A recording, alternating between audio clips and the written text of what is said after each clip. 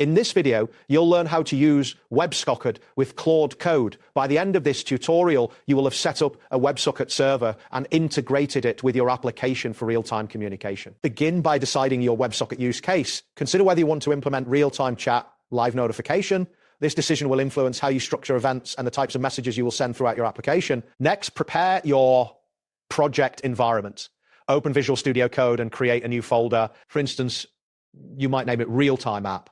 Once the folder is created, initialize your project. If you are using Node.js, you can do this by entering init-y in the terminal. This command generates a package.json file, which is essential for managing your project dependencies. Now, install the necessary WebSocket libraries. You can use Claude Code to generate these installations for you. For a robust solution, install socket.io by entering npm install socket.io, quote in the terminal. If you prefer a lightweight, you can alternatively use npm install.rs. Additionally, if your project requires API keys, such as for notification, create a .env file in your project directory to store these securely. Once your project is set up, it's time to ask Claude Code to generate the WebSocket backend. In the terminal, prompt Claude Code with a command. Generate a backend with WebSocket support using Node.js and socket.io. Include event handling for connections, messages, and disconnections, and store messages in a database. After this command, Claude Code will generate critical files, including server.js for server setup, WebSocket connection handling, event handling for custom events, and database integration options such as MongoDB or Firebase. After the backend is generated, define the events your WebSocket will handle. Common events include connect when a user joins, disconnect when a user leaves, message for sending and receiving chat messages, and notification for new alerts. Prompt Claude Code again with generate event listeners for message sending, user connect/disconnect, and notifications. This will provide you with the necessary event listeners to manage interactions effectively. User authentication is optional but recommended for secure applications.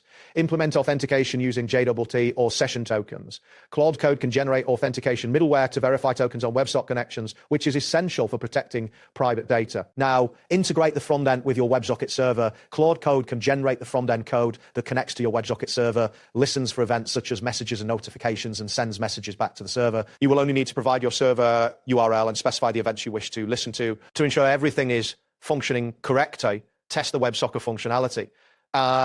Connect multiple clients simultaneously and observe verify that users can connect and disconnect, send and receive messages, and the notifications appear in real time. Claude Code can also assist by generating test scripts to facilitate this process. Finally, deploy your WebSocket server to a public environment. Ensure that your server uses HTTPS as this is required for browser clients. You can choose to deploy your application to platforms like Heroku, Railway, or Vercel.